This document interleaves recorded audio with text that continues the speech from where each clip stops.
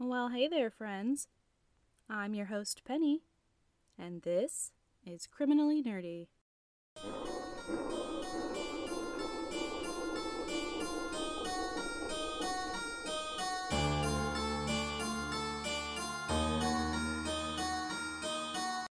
Ahoy, mateys!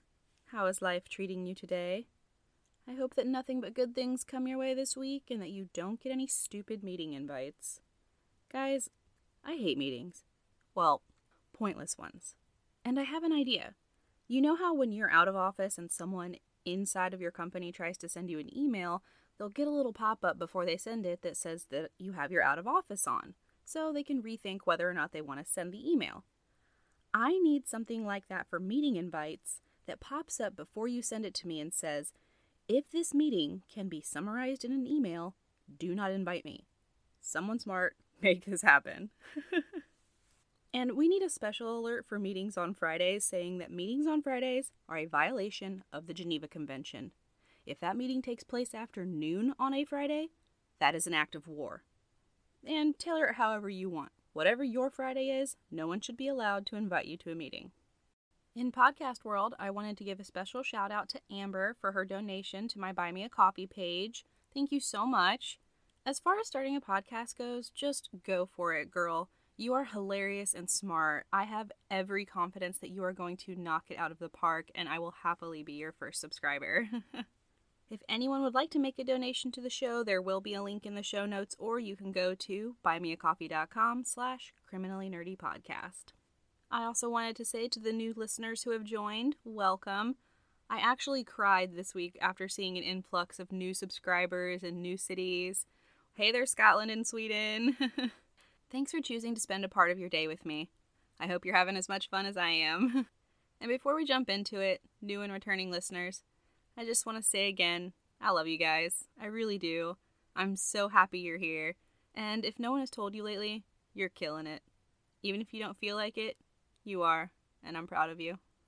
This episode is airing on July 1st, which is National Creative Ice Cream Flavors Day, International Tell-a-Joke Day, and Canada Day. So, call into work. Crack some jokes while taking a break from this heat and enjoy some ice cream.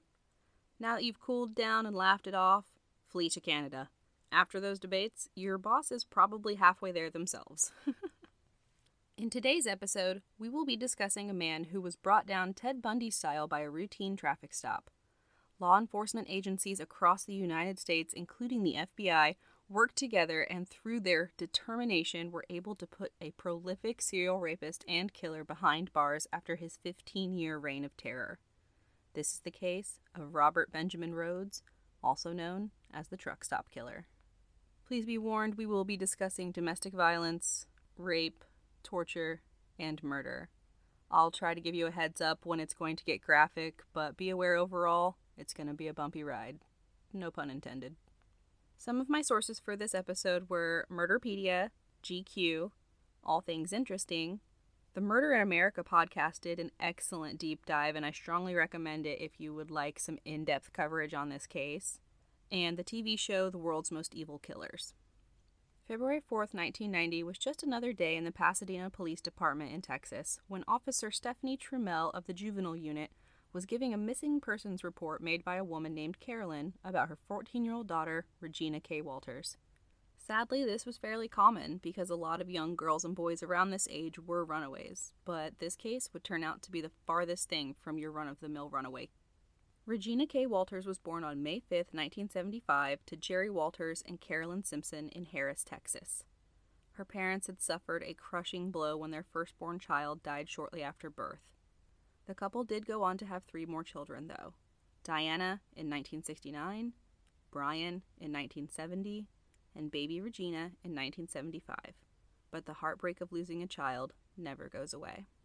In October of 1982, Carolyn found her 12-year-old daughter Diana in her bedroom closet. She had hung herself. Overcome with the loss of another child, the family was completely torn apart. Carolyn was consumed with grief, and it affected every aspect of her life, including her marriage. Carolyn and Jerry eventually separated, with Jerry staying in Houston and Carolyn moving to Pasadena with Brian and Regina. She was incredibly overprotective of her children, as I would imagine anyone would be. After a couple of years, Regina decided that she wanted to move back home with her father. Carolyn agreed, but made sure to let Regina know that she was welcome to move back with her anytime she wanted to. In late January of 1990, Regina took her mother up on the offer to move home. It's unclear why she left or for what reasons she wanted to return. Families are complex. Whatever was happening, Carolyn was elated that her daughter was coming home. They made plans for Regina to move back on February 1st, 1990. Carolyn already had plans to visit her parents that weekend. Normally, Carolyn would have insisted that Regina come with her, but with it being her first weekend home, she didn't want to push. She was only going to be gone for a couple of days, and Regina was very independent. So when she decided she wanted to stay and settle in, Carolyn didn't object. When Carolyn returned home, she found Regina sitting in the living room watching TV. The two got to chatting, and Carolyn asked what she had been up to. She said that aside from babysitting for the neighbors, she had just been home hanging out. Around 9 o'clock that night, Regina got up and said that she had forgotten to return the neighbor's key and wanted to run it over to them before it got any later. Carolyn said, "Okay, but hurry back." She will never forget Regina's last haunting words to her as she walked out the door. With a laugh, she said, "Mom, you know nothing's going to happen to me." Instead of being back in a few minutes, an hour had passed. Beginning to worry, she called the neighbors to ask if Regina was still there. They were confused, telling Carolyn that Regina hadn't babysat for them and they hadn't seen her at all. Carolyn woke up her son, 18-year-old Brian, to see if he had any idea where his sister could have gone. He didn't. She called her ex-husband Jerry to see if he had heard anything from her. Nothing.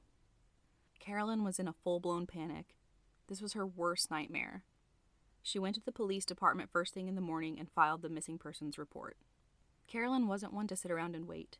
After making the report, she went home and immediately made flyers with Regina's photo, her information, and an offer for a reward for any information about her daughter's whereabouts. She and Brian hung them up all over town. A tip came in from a woman who said she had seen Regina with a young man at an intersection near an apartment complex in Pasadena. Carolyn relayed the information to Officer Trammell, and with her help, they got their first clue. Casey Cook and Zelda Trent lived in the complex and were friends with 18-year-old Ricky Lee Jones. They said that Ricky and Regina had met on the night she had told her mother she had been babysitting. The two had been staying with them for the past few days, but when they saw Regina's missing persons flyers go up, they got spooked. Ricky was currently on probation for auto theft, and Regina was underage. Not wanting to risk getting caught and landing in more trouble, the two decided they were going to leave town and hitchhike to Mexico, where Ricky had relatives. Officer Trammell told Carolyn that though it is upsetting to hear her daughter had run off with a boy, it wasn't uncommon. She'd seen many cases like this before. She assured Carolyn that they wouldn't stop looking for her daughter. Leads were few and far between until March 17th of 1990, when Regina's father got a strange call. The man on the other end tells Jerry that he knows where Regina is, but that there have been some changes.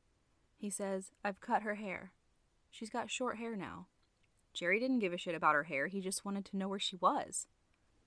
Jerry is rattled when the caller eerily says, "She's in a barn, in a loft." Jerry asks him if his daughter is still alive, and the caller hangs up.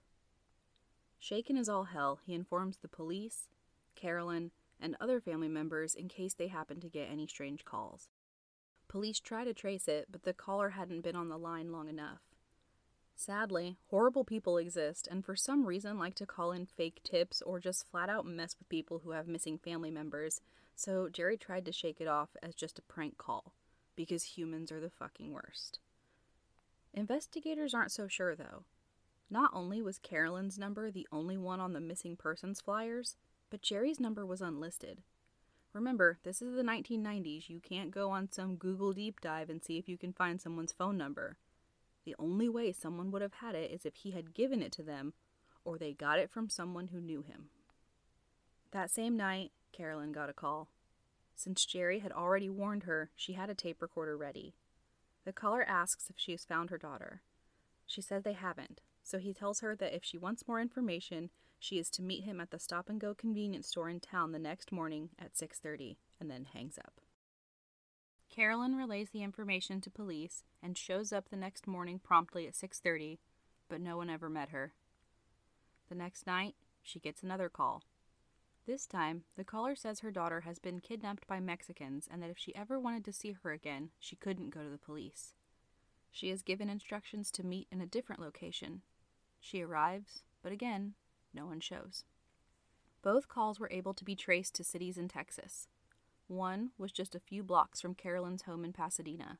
The other came from the small town of Oklahoma, over 50 miles away. Over the next few weeks, the man calls her repeatedly, sometimes yelling that he'll never tell her where Regina is. Sometimes asking her strange questions like how old she was and if she was married. Fed up with his shit, she asks, "What do you want? I don't have any money. I keep showing up and you're never there, so why do you keep calling?" He says that he had seen police out at one of the meeting spots, so he left. Then things take a strange turn when he starts rattling off a list of sexual demands. He then gives her another location to meet and hangs up. She had informed police of every call before, but there had always been someone sent along, usually in plain clothes or an unmarked car.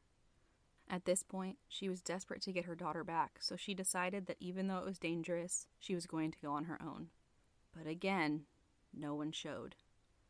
After this, calls come in almost daily. It became clear that the man on the other end was getting enjoyment out of torturing Regina's family. Suddenly, in the spring of 1990, the calls stop and the case grows cold. On April 1st, 1990, Arizona State Trooper Mike Miller noticed a semi-truck was pulled over to the side of Interstate 10 in Casa Grande. The truck had its hazard lights on, but didn't have the orange triangles out. He decided to do a routine stop to check and make sure everything was all right. When he shone his light over the cab, from behind a curtain that separated the driving cabin from the sleeping compartment, he could hear a woman scream. When he looked inside, he saw what you would only expect to see in a horror movie. The screams were coming from a young woman who was naked, handcuffed, and had a chain around her neck. At that moment, a man stepped out and presented himself.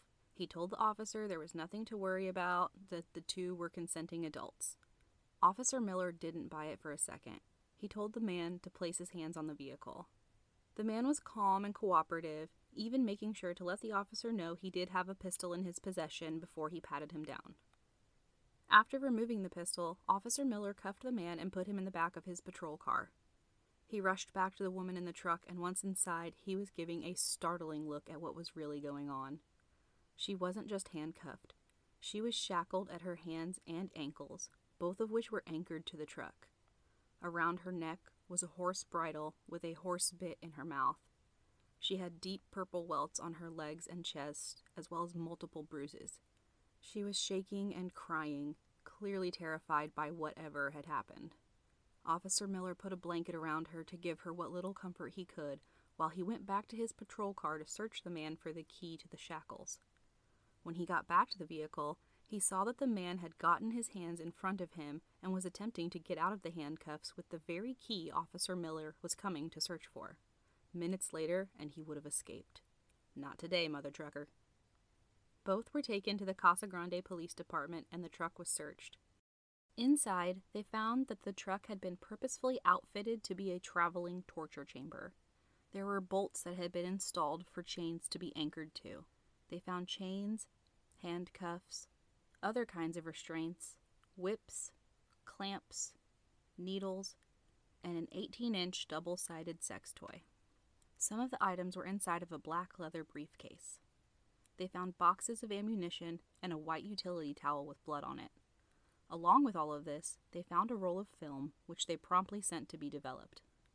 The woman, 27-year-old Lisa Pennell, told the investigators that she had been at a truck stop when the man approached her and asked if she needed a ride. She said she did and that she was heading to Texas. He happened to be heading there, so he said he would give her a ride. She admitted during her statement that she struggled with drug addiction. She said that on that night, however, she hadn't used. She said, "It was one of the nights where I wish I had done drugs." She also suffered from mental illness. Through her interview, she made strange comments about how the driver was working for the CIA and he was taking her to be microchipped and placed in an underground prison. Detectives did worry that this might bring question to her credibility, but they saw that she was telling the truth about the incident. Though she may have suffered from some delusions, her statements about the incident never changed, and they were able to corroborate her statements with physical evidence. She said once they were on the road, she went into the sleeper cab to get some rest. She awoke to the man on top of her. She fought as hard as she could, scratching him and biting his arm, but he was able to overpower her. Once she was in the restraints, he tightened them so tightly that it cut off her circulation. She lifted her shirt to show them the welts. He then put a horse bridle around her neck and the bit in her mouth and secured it to an anchor so that she couldn't escape. She told them that he then pulled out a black leather briefcase. From it, she could see the outline of several items, but could only recall the ones he used on her. This part's gonna be a little rough. During the assault, he whipped her, which resulted in welts on her torso and legs. He placed clamps on her nipples while threatening to rip them off. He also placed clamps on her genitals. She screamed and begged her to stop, but horrifyingly, it only excited him to see her in pain. They asked if she had been raped, and she said thankfully, no. Officer Miller had arrived just in time to prevent what she was sure was coming next. When asked if she wanted to press charges, she said, quote, "Hell yes. That bastard had better not ever get out. He told me he's been doing this for 15 years. The statement stuck out, but it didn't surprise Detective Barnhart. The way she had been tortured, and the fact that the sleeper cab had been outfitted the way it was, made it clear that she was not the first victim of this sexual sadist. After speaking with Lisa, detectives went to talk to the trucker, who they had discovered was 44-year-old Robert Ben Rhoades from Houston, Texas. Robert continued to maintain that it was a consensual encounter and that it was Lisa who had propositioned him. He asked, "Are you familiar with the term lot lizard?" Lot lizard is a derogatory term used for a sex worker who takes payment in the form of money or rides and typically frequents truck stops. He says that's all she was, and he just got tangled up with the wrong one. He also told detectives that she wasn't playing with a full deck, echoing her CIA story. He was very calm and confident. As they would later find, she was his ideal victim, a woman he targeted because her credibility would be questioned. Credibility be damned, because the evidence had spoken for itself. Aside from her injuries and what they found in his truck, they also found bite and scratch marks on him that she had given him in an attempt to fight him off. His cockiness wasn't going to get him anywhere. He was charged with aggravated assault, sexual assault, and unlawful imprisonment. The case never went to trial because Robert agreed to plead guilty in exchange for a reduced sentence of 6 years in prison, but the investigation was far from over. The film had come back, and inside were photos of women he had passed on the road. There were multiple, and they wondered, could these be some of his other victims? Detective Barnhart started making calls to look into him, one of which was to the trucking company he worked for. He finds out that not only was Robert not the greatest employee, but he had a pretty serious incident happen just a few months prior. Robert's company advised the detective to call the Houston PD to get the full story. On February 5, 1990, a woman was running down a rural road in Houston, Texas. She was screaming and trying to flag down a car. She was naked, with a chain around her neck, and carrying a whip. A man who had been in his front yard could see that she needed help now. He came to her aid and called police. Officers arrived and took 18-year-old Shanna Holt, who was dehydrated and looked like she hadn't eaten in days, back to the police station. They had to use bolt cutters to remove the heavy chain from her neck. Upon closer inspection, they realized it was a horse bridle and bit, which were taken into evidence. A female officer took her into a private room and photographed the extensive bruising to her thighs, chest, abdomen, and buttocks. They could tell, not just from the trauma to her body, but by the state of shock she was in, that this woman had been through a seriously traumatic event. When she told them the full extent of what she had been through, they were shaken to their core. Shanna had been at a truck stop in California when a man came over and introduced himself as Dusty. He asked if she needed a ride. She told him she was heading to Fort Smith, Arkansas. He said he would take her as far as he was going, which was Texas. Since it was closer than she was, she agreed, figuring she'd just hitch another ride from there. She said he was charming and seemed harmless. So harmless that once on the road, she fell asleep. She woke up to the sound of him parking the truck.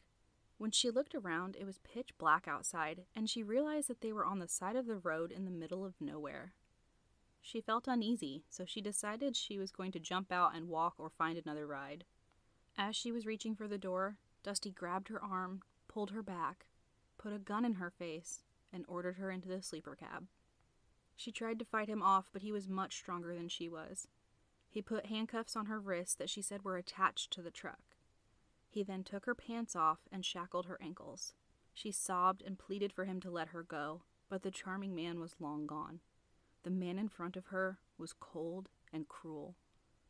Over the next 2 weeks, at her best guess, she was repeatedly raped and tortured. I'm going to try to summarize the best I can here, but be warned, this part is pretty graphic, so if you don't want to hear that, you might want to skip ahead a few seconds. She was forced to wear the horse bridle around her neck and keep the bit in her mouth. He tortured her in various ways with items she remembered that he kept in a black leather briefcase. He used needles to pierce both of her nipples, which he would then pull on and twist. He pierced her genitals and again twisted and pulled. He threatened to rip off her nipples and her clitoris. He used a double-sided sex toy to penetrate her vaginally and anally and would leave the toy in for extended periods of time. He whipped her, at times so hard that she would urinate on herself. She recalls that at one point he forced her to drink her own urine. She was also raped repeatedly and violently. Early into the 2 weeks, he had pulled over and led her by the chain out onto the side of the road, naked, where he proceeded to crudely chop off her hair to humiliate her. He had already shaven off her pubic hair. When it would begin to grow back, he would shave it again. She said he always used a white hand towel while shaving her. He was verbally abusive, breaking her down by telling her that she was worthless, invisible, and that no one was going to care that she was gone. He would make short stops here and there for food or deliveries, but would always keep her in the sleeper cab where it was completely dark, so her sense of time was distorted. She told investigators that she eventually grew weak, not only from the physical and emotional torture, but because he only gave her enough to eat and drink to keep her alive, so she just stopped fighting him. He took this as obedience, which led to him giving her rewards, like riding in the driver's cabin, even though she had to remain naked and handcuffed. She said that when they reached Houston, he took her to his apartment, where the assaults continued. He would take her with him any time he left, making sure she was securely restrained and couldn't get away. But on one day, he made a mistake during a stop in town. Her handcuffs didn't fully close. As soon as he was out of the truck, she realized that this was her only chance for escape. Even though she had stopped fighting him, the assaults had become increasingly more violent. She knew there was only one way out. And to that, she said, "Not today, Death." She grabbed the whip, thinking that if he came after her, she would at least have something in her hands to fight him off with. She opened the door, and with what little strength she had left, she ran. She was able to give a detailed physical description and knew the name of the trucking company he worked for. Investigators called the company and asked which of their drivers went by Dusty Rhoades, knowing that many truckers do not go by their real names while on the road. The company identified Robert as the one who went by the handle Dusty Rhoades, so he was taken in for a lineup. Shanna was brought in and asked to identify the man who did this to her. When she looked at Robert, investigators could see the look of fear in her eyes. To their disbelief, she tells the officers that none of them are the men who they were looking for. Without a positive ID, they had no choice but to let him go. Shanna's description of the man, the truck, and the items were identical to Lisa's. Detective Barnhart knew that with so many similarities, there was no way they weren't dealing with the same man. He asked the investigators in Houston to talk to Shanna again. When they did, she confessed that she had lied. They had the right guy, but she was too afraid. She had already seen what he was capable of. Even if she was believed, even if he faced charges, even if he was sent to prison, she knew that he would eventually get out, and when that day came, she feared he would find her and kill her. Detectives knew they were dealing with an extremely dangerous, sadistic serial rapist. Having abducted and tortured 2 women within months of each other told them that there were most certainly more victims out there, some likely being the ones in the photos that had been developed from the film in his truck, and they were determined to find them. They brought in FBI Special Agent Bob Lee to assist. They began working on a behavioral analysis and background. Who the fuck was this guy? Robert Benjamin Rhoades was born on November 22, 1945, in Council Bluffs, Iowa, the third of 4 children. He was raised mostly by his mother because his father was stationed in West Germany with the U.S. Army.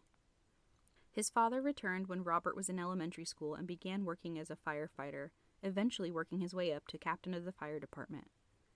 Outwardly, they seemed like your perfect all-American family, but behind closed doors, his father was violent and abusive. Robert was a pretty typical kid. He was on the wrestling and football teams, in French club, and sang in the choir. He had many friends and got decent grades. He got into a bit of trouble his sophomore year for tampering with a vehicle, and then again in his senior year for fighting. Pretty minor offenses for a teenager. Things took a horrible turn in 1964 when just 2 months before Robert's high school graduation, his father was arrested for molesting his 12-year-old niece. He pled guilty but was just given a slap on the wrist with probation. A few months into his probation, Robert's father was arrested for molesting another young girl. After posting bail before he could be brought to trial, Robert's father committed suicide. The town stared and whispered everywhere they went. Robert desperately wanted to get away from the prying eyes and gossips, so that same year he enlisted in the Marines. After only 3 years, he was dishonorably discharged in 1967 for robbery. Robert moved back to Council Bluffs, where he was met with failure after failure. He married and had a son, but the marriage ended after 4 years, and afterwards he had no relationship with his child. He enrolled in college at one point, but dropped out shortly after. He even tried to become a police officer, but wasn't accepted due to the robbery and dishonorable discharge. Realizing that there was nothing for him in Iowa, Robert decided to move to Houston, Texas. He worked in several different places, but it was always just to get by. He married a second time, but it didn't work out, and he divorced again. Things were looking pretty bleak. That is, until 1973, when at the age of 27, he got a job as a truck driver for a newspaper company. He loved it. No one to bother him, no one to ask questions, just Robert and the road, where he went by whips and chains over the CB. In his late 20s, he became heavily involved in the BDSM scene. BDSM usually contains a pairing of one person who is dominant and one who is submissive. One of the most crucial aspects of BDSM is consent and trust, as there are elements that involve pain. Robert identified as a dominant, or dom. It's never stated that his preferences in the bedroom played a role in the end of his first 2 marriages, but reports from his third wife would suggest that it's pretty likely. He met his third wife, Deborah, in 1983. She was separated, but not yet divorced, and in the complicated situation of still living in the same house with her soon-to-be ex-husband and their 3 children. One night, she went out to a local country western bar to do some dancing. While there, she met a handsome man in a pilot's uniform. He introduced himself as a pilot named Dusty. The world faded as the two talked and danced the night away. Deborah went back to the bar the next weekend, hoping to run into him. He was there, and once again, the two twirled on the dance floor until the lights came on. They began dating, and she described him as kind, patient, and responsible, the man of her dreams. He showered her with gifts and compliments. When she opened up to him about her living situation, he offered her money to help with the influx of expenses she was facing. She was moved by the offer, but also very confused when she saw a check in his wallet from a trucking company with the name Robert Rhoades on it, because she was dating a pilot named Dusty. She tried to put it out of her mind, but eventually had to ask. He confessed that his name was Robert, and he was a truck driver. He said that he had lied because he wanted to impress her. She forgave the white lie, and the two continued on. She and her 3 children eventually moved in with him. He would work during the day and come home at night, where they would all spend time together. It was the life she had dreamt of. Through their years of dating, Robert attempted to bring BDSM into their relationship. He took her to swingers clubs and parties. She tried to keep an open mind, but it just wasn't for her. He would tell her that she was uptight and naive. After each failed attempt to introduce the elements, he would be cold and distant towards her for weeks on end. Their sexual relationship became increasingly violent. There were times where Deborah said she actually feared for her life. She noticed that the more pain she was in, the more turned on he would be. She was once hospitalized, and he forced her to have sex with him in her hospital bed. Like, what the actual fuck is wrong with you, dude? The only time the frequency and violence of these sexual demands cooled off would be after he came back from one of his long work trips. Robert was very skilled in manipulating people, so he was always able to turn things around before Deborah would leave. That is, until November of 1985. He had been suspended from the road for aggressive driving and citations. His company moved him into the warehouse where he broke his hand in an accident. This led to him being placed on disability for several months. It was during this time when he had become as abusive as he had ever been. Deborah had had enough, so she and the children moved out. After a fire took place in his home, which she later found out he was responsible for, she took pity on him and the two reconciled. That Christmas, he went back on the road. He sent her postcards and letters daily. He also sent her a book with an inscription inside declaring his love for her and asking her to be his wife. She agreed, and they were married in a small ceremony on Valentine's Day. Though he had been on his best behavior, the promises didn't stick. He began using sex toys, but they weren't the kind Deborah liked. She would tell him she wasn't enjoying them and that they hurt, but it only got him going more. In October of 1989, things reached a boiling point. His mood swings were so severe that the family dog would growl at him when he came in. He would return from his work trips with scratches, bruises, and swollen knuckles, explaining them away as something that had happened at work or a bar fight. She tried to cheer him up, but nothing worked. One night, she went to bed early. Robert was angry because he wanted to have sex and she didn't. Trigger warning, this is difficult to hear. He refused to take no for an answer. He pushed her down onto the bed and raped her both anally and vaginally. She screamed and begged for him to stop, but he wouldn't. Afterwards, she remembers that she was laying next to him in shock and sobbing, and he had a blank, careless expression on his face. The next day, she packed up and was determined to get as far away from him as she possibly could, but her car wouldn't start. Big surprise, Robert refused to help her. In desperation, she called her ex-husband for help. When Robert found out about this, he became so enraged that he began kicking, punching, and throwing things at her. Her world had been turned upside down. In the last 24 hours, she had been raped and beaten to a pulp by her husband, who she once considered to be the man of her dreams. She and the children moved back in with her ex-husband, and this time, Robert didn't come crawling back. She wouldn't hear from him for 7 months, when she would get a call from an Arizona jail. It was Robert asking for a favor. He wanted her to go clean out his apartment. Spoiler alert, she wasn't having anything to do with that nonsense. Detective Barnhart and FBI Special Agent Bob Lee had finished their analysis, which confirmed what they had already suspected. Robert Rhoades was a calculated and manipulative man. He was violent, sadistic, and sexually motivated. He targeted women who were in vulnerable positions, such as being runaways, hitchhikers, or sex workers.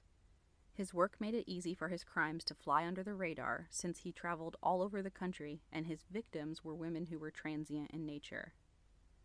They needed to gather evidence to help identify other victims, so they were able to get a search warrant for his apartment. You know, the one Deborah refused to go clean out. Inside, they found it exactly as Shanna had described it. They found women's jewelry, clothes, and shoes of different sizes, a bondage rack, several sex toys, and torture paraphernalia. There were also white towels, some with blood stains, which matched the descriptions of the ones Shanna had said Robert had used while shaving her. And most disturbingly, they found a stack of photos.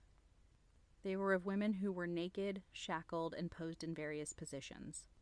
One series of photos were of a young woman that they could tell were taken over a period of time because the bruises on her body were in various stages of healing.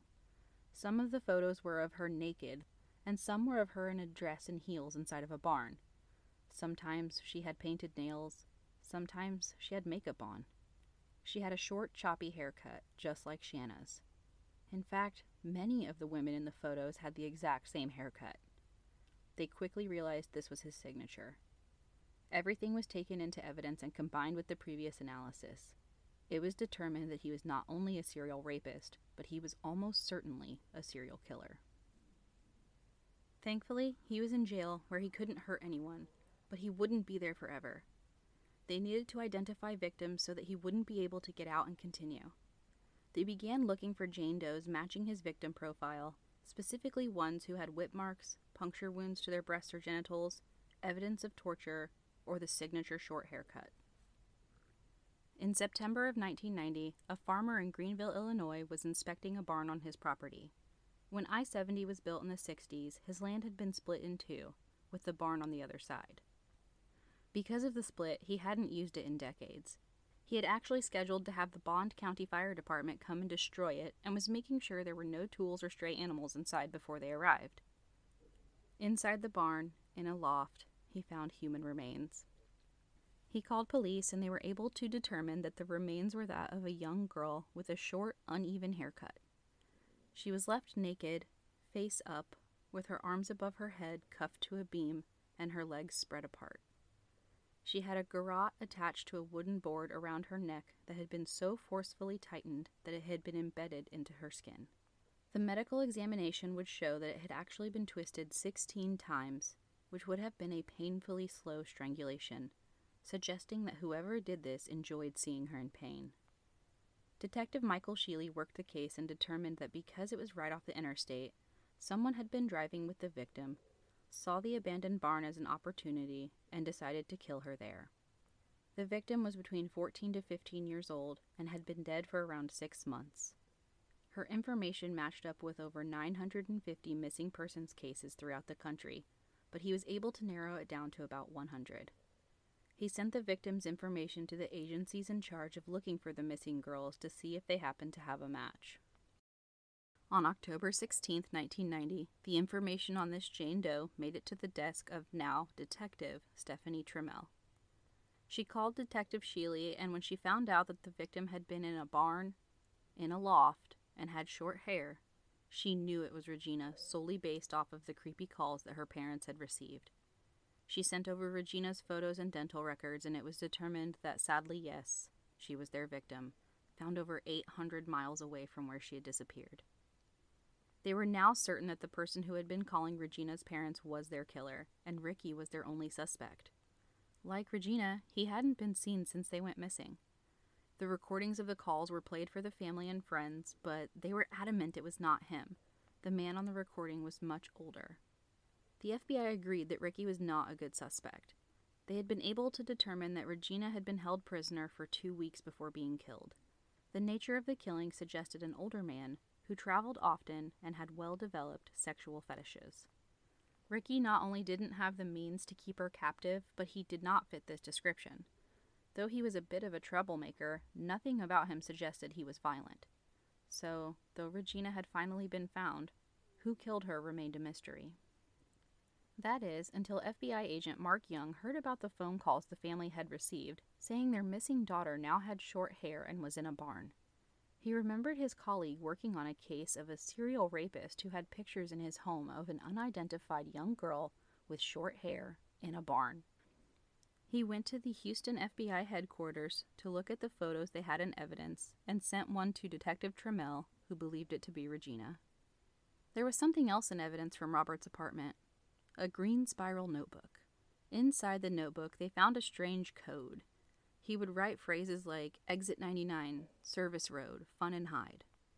The notebook also had Regina's full name, her parents' addresses, and phone numbers, which is exactly how he was able to call and torment her family for months. On the very last page of the notebook, there were some very childlike drawings. One was of a gun, and one was of a knife dripping with blood. On this page, Robert had written, "Ricky is a dead man." Detective Trammell takes Regina's parents to the FBI office in Houston, where they are met by Detective Sheely, who flew in from Illinois, and Special Agents Mark Young and Bob Lee. They know the man behind the camera is Robert Rhoades. What they don't know is if the girl in the pictures is Regina, or if the barn is the one she was found in. Everyone gathers in the conference room and is shown the photos. Her parents are devastated. It was Regina, in her last moments, stricken with fear. Detective Sheely confirms that the barn in the photos is the barn where she was found. With the positive identification, they now have confirmation of their suspicions that Robert Rhoades is a killer. Detective Sheely was unaware of the photos before this. Though her parents weren't shown all of the photos, he was. Robert had not only kidnapped and tortured her, but had treated her like a doll, dressing her up and painting her nails, sometimes doing her makeup, putting her in different outfits, all while documenting it for his own pleasure. Detective Sheely was not going to let this guy go, but they had to work fast. Robert had been sentenced to 6 years, but he had been a model prisoner, so he would be up for parole soon. In February of 1992, they had compiled enough evidence to get a warrant for his arrest in the murder of Regina Walters. Detective Sheely flew to Arizona to deliver the warrant to Robert personally. Once in a room, Detective Sheely showed him a photo of Regina. He flatly says, "What else? Is there more?" and doesn't say another word except for to call the guard to take him back to his cell. Robert was extradited to Illinois for the murder charges. On September 11th, 1992, to avoid the death penalty, with a smile on his face, he pled guilty in exchange for a life sentence. Regina's family couldn't be there for the sentencing, but Detective Sheely was front row on their behalf. As he was exiting the courtroom, Detective Sheely told Robert that it was his great pleasure to know he had sent him to jail for the rest of his life. Robert told him to get fucked. To this day, Detective Sheely says Robert is the most evil person he has ever met. In 1990 alone, he abducted and tortured Shanna Holt for 2 weeks in January. Abducted Regina Walters in February, who he tortured for weeks and then killed. And then abducted, tortured, and assaulted Lisa Pennell in April. Investigators knew there were more. There had to be, like Ricky, who seemed to have vanished off the face of the earth. In 2003, Texas Ranger Brooks Long was looking into the cold case of a newlywed couple who went missing in 1989. 24-year-old Candace Walsh, who went by Candy, and her 26-year-old husband, David Zykowski. They were both from Seattle, but had attended a workshop in Georgia. They were hitchhiking their way home when they disappeared. The last anyone had heard from them was that they were getting a ride from a trucker near El Paso, Texas. Douglas's remains were found in January of 1990, but he remained a John Doe until 1992 when dental records identified him. He had been shot with a Jennings J-22 semi-automatic handgun, which was pretty rare. The ammunition used for this particular weapon was even more rare, with bullet casings that had a distinctive T etched into them. Investigators had previously considered Robert Rhoades due to the circumstances of Douglas and Candy's disappearance and the fact that Robert's trucking logs had placed him in the area where the couple was last seen, but he was ruled out because of the ammunition. It didn't match the ammo that had been found in Robert's truck when it was searched in Arizona. Ranger Long looked into it a little more and found that some of the ammunition that had gone out was mislabeled, so he called the Arizona Police Department and asked them to look at the evidence again. He asked them to specifically open the box and see if the ammunition had a T etched into it. Lo and behold, the box was mislabeled and the ammo inside was a match. Though it was a long shot, he decided to look through Jane Does that not only fit Candy's description, but ones that had been killed with a Jennings J-22. He got a hit. 13 years earlier, in October 26, 1990, 2 deer hunters in Millard County, Utah, had come across the remains of a young woman.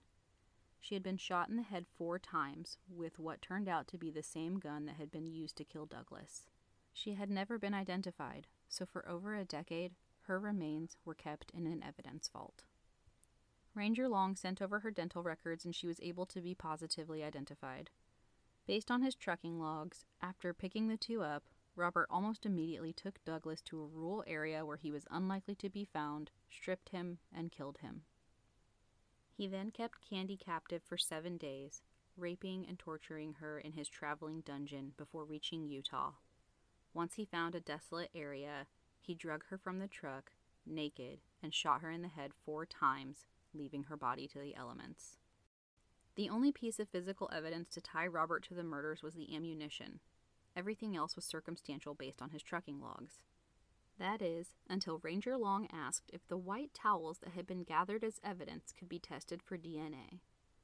His instincts were on point because one of the towels was a match for Candace Walsh. They now had enough to charge him with both murders. Prosecutors agreed the best course of action would be to combine the trials for Candace and Douglas, so Robert was extradited again, this time to Texas, where the death penalty was back on the table. Robert remained silent until 2 weeks before his trial was set to begin.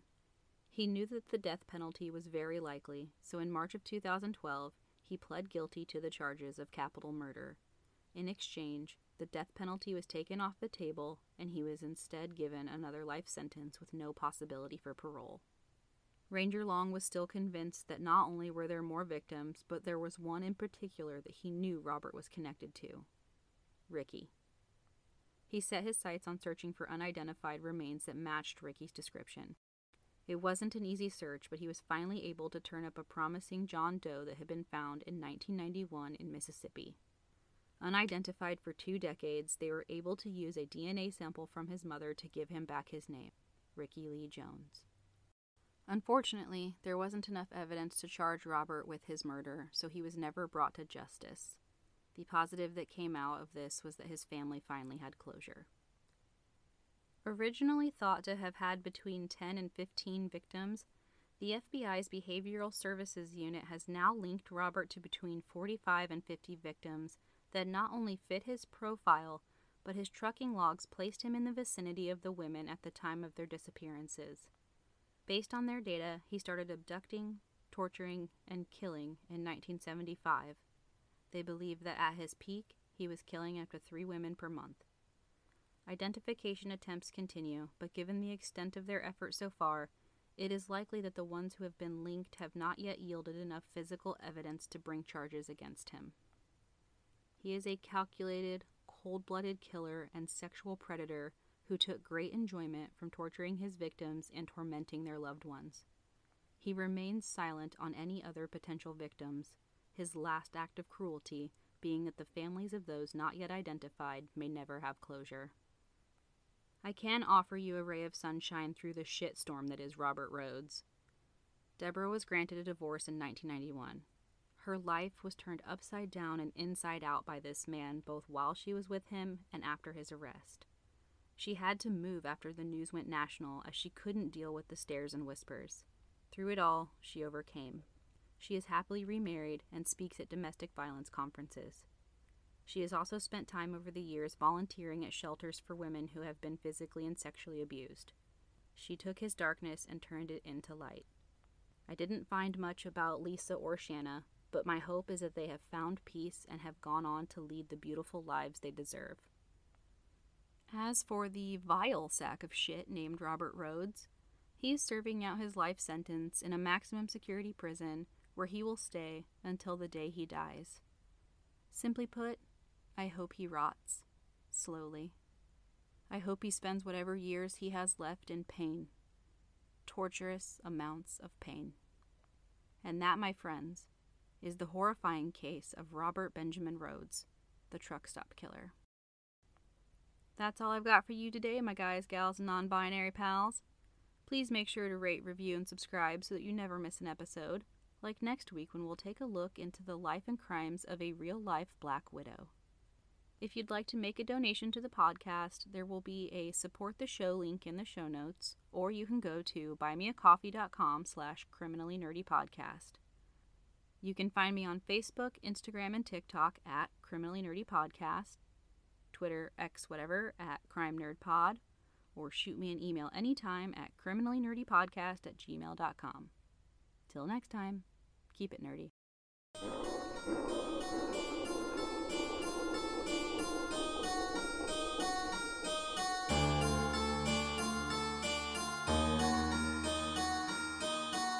The best thing about my job is that the chair spins. I'm old. Holy shit. Fuckity fuck. Schnozberries. Damn it, fuck, shit. When in doubt, look intelligent. First. Oh, I can never say Canada. Shh. Remern. You are literally too stupid to insult. Pissle? Da da da da. Fucking. Bleh. Motherfuck, okay. Damn. Speak, woman. I am having the fucking hardest time today. Fuck. If I'd have known you were coming, I could have made up the dungeon.